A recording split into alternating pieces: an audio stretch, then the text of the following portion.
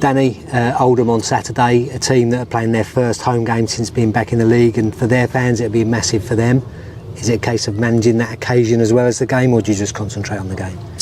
Well, I think it's a great game for us to be involved in, first and foremost.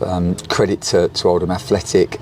They had some really difficult years under their previous owner.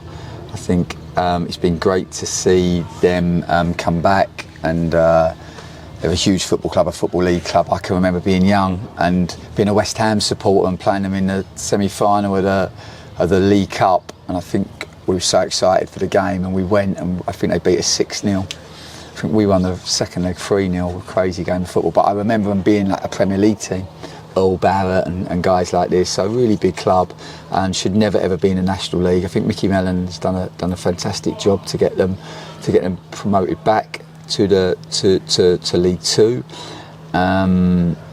Mickey's a master of promotions, whether it be National League or League Two. Nicky and I have been fortunate enough to have some promotions from those divisions, and I can promise you the National League's much harder to get promoted from than League Two, because in the National League it's just one automatic, and particularly the way the playoffs work now, they're not straightforward. So it's a bit of a lottery ticket for the second promotion. But they have done just great. They finished the season really strong. They've got some really experienced players in their group, and yeah, we know that we have a really tough opponent. We know that we have to, our first away game as a group, find a really good way to navigate through the early parts of the game, and we have a lot of confidence in our group physically. We also have a lot of confidence in the finishers that come onto the pitch. So we know that we're a team that can finish really strong in games, and for us just to find a good strategy to play against a very competitive opponent. In Oldham Athletic. Has a lot of the work this week been about persuading the players that the second half on Saturday against Tranmere was a way that we want to play the rest of the season? Yeah, I don't think we have to persuade the players. I think the players are fully committed and have really bought into the idea and of how we want to play. I think really first half on Saturday we were just a little bit too precise, almost trying not to make the mistake, and that just made us a little bit slow. And as a consequence, we didn't play with the intensity that we wanted to play with. And we're a pressing team. We're a forward-thinking, forward-running, forward-passing team. And second half, I actually thought when I watched it back, I thought we had a good start. First 7 or 8 minutes, we then make a mistake where I think leads to Matt Macy picking up an injury. That kind of stops the game. They then score, and we know that goals change games. We actually, probably the last 10 minutes of the first half, started to pick up our rhythm and the tempo of our play, and in second half, we built on that, and we were really pleased with ourselves second half in terms of the way that we played, the energy and intensity and enthusiasm we played with, the way the boys came onto the pitch and added a different dimension.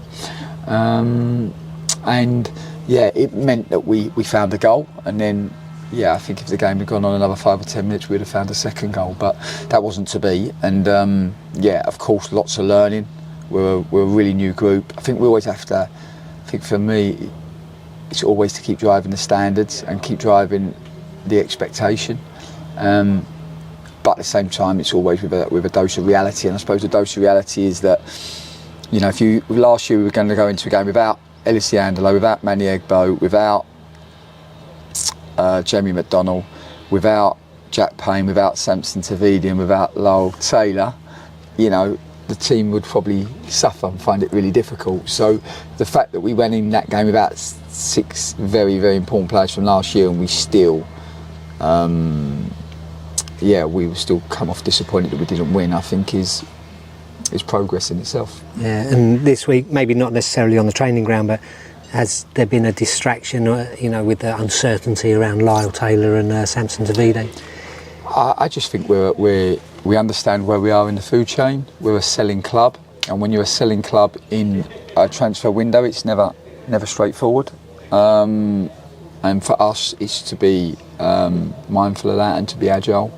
I think Samson, we accepted an offer on the eve of the first day of the season. The timing is never ideal when you're going to lose a key player, but this was particularly bad timing. A bid was accepted. Unfortunately, once we got to the minutiae of the deal, the two clubs couldn't agree at the structure of the deal, and that's just what it was. And that means that Samson now comes back with us. We were really sad for him because we knew this was something that we've all been working towards, because with our young players, we work every day to try to help them to improve, to get better, to develop, so that they can move on with their careers and go to bigger, better clubs. And there's no hiding place from this. This is just the journey we are on as a football club. And so we're all sad that it didn't happen. But Samson is an incredible boy. I have so much faith in him as a human being. I've been lucky enough to meet and to work with many successful people. And sometimes it's one of the great privileges of my life that I can do this. And Samson is, wow, out of all the people I meet, just a force of nature. He's got an incredible personality, he's got an incredible character, he has a resilience and a fight. And you look at him as a player and everyone will say how powerful and how strong he is. Well, let me tell you, however powerful and strong he looks on the outside, he's even tougher on the inside. And of course, he's just a 20-year-old boy who is trying to find his way in life. He has big responsibility at home. He has a beautiful family. He has a mum that loves him very dearly. He's brilliant. He has a really heavily disabled sister that he's just incredible with. And of course, naturally, he feels the responsibility of that, of course, like any human being would. But he also knows that he is doing all he can to help himself and help his family, and he will do. And I've never been more sure of anything in my life. He will find his way, and he is going to be a top player. And if the club that we accepted a bid for, it's not going to be them, well, let me tell you, it'll be their loss, because there'll be another club. Because you can't stop him. You can't stop him in terms of where he is going. And all we are trying to do in this moment is trying to support him and help him through what's been a tough week. And he knows that at this football club we all care very, very much for him, and we want only the best for him. And we're going to keep supporting him and keep helping him to achieve what we all know he's capable of achieving. Yeah, and frustrations with Lyle Taylor announcing that he won't be staying with us as well. I think just sadness, really, more than frustration. Yeah, we're all disappointed. It just wasn't possible, and it wasn't through the want of trying. We have so much love for Lyle. He was a brilliant player for us and a brilliant person. He was so instrumental to what we achieved last year, and he really helped the club move forward. He helped us on the pitch just with his quality. I mean, what a player. He helped us off the pitch reconnect the dressing room with the supporters. We're all so sad. Everybody at the club, everybody at the club's really sad that it wasn't possible. But I suppose football is just a unique industry, and in any other industry, you start at the bottom, you build up experience, you build up competence, and you get paid accordingly, and you move up the hierarchy, and your status and your respect improves and improves and improves. In football, this happens until you get to 30, and then you get to 30 and everybody thinks, oh well, your physical qualities start to gradually diminish, and this is so hard for the players, so hard for them to understand and to accept. But it is the journey of an elite sportsman, really, and certainly a professional footballer. And I always feel for them. And for Lyle, unfortunately, and where I feel so sad for Lyle is that he went above and beyond all season. Like he took so much responsibility for the team. He played when probably he shouldn't have played. He always put his hand up when we needed him. I remember going into the Newport game just before his injury, and we didn't want him to play. We were all like, Lyle, like we know where the load is, and you know there's some risk, and he was adamant that he was going to play. And for 10 minutes in that game, he was incredible. And then he picks up the injury, and I think being injured and being 35 is so tough.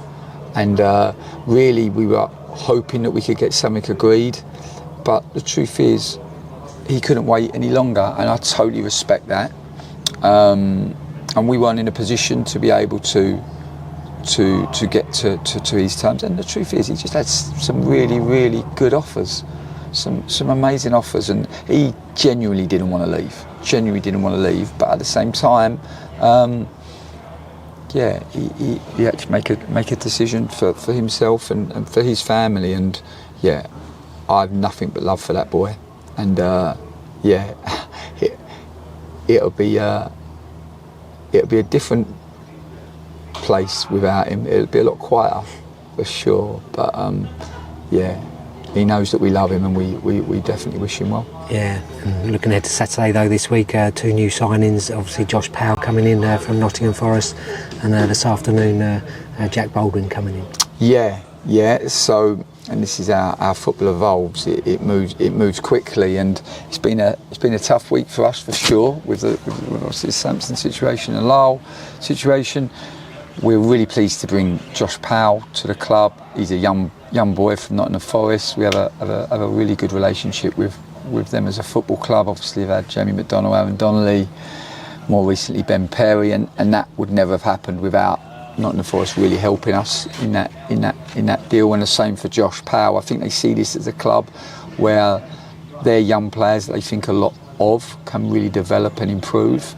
And yeah, they're in a fortunate position being in the Premier League that they can put their development probably before their bank balance, and they've been able to help us in bringing them in. And we're looking forward to working with Josh. I think he's a dynamic fullback.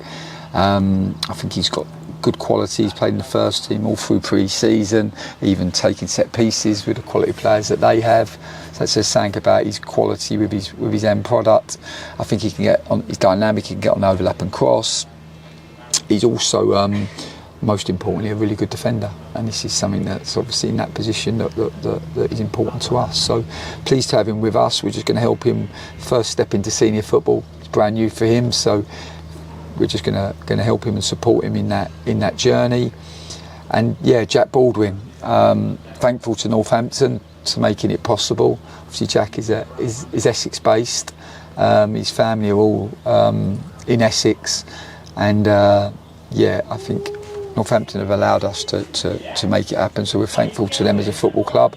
He's had a brilliant career to this point. I think he started at Peterborough.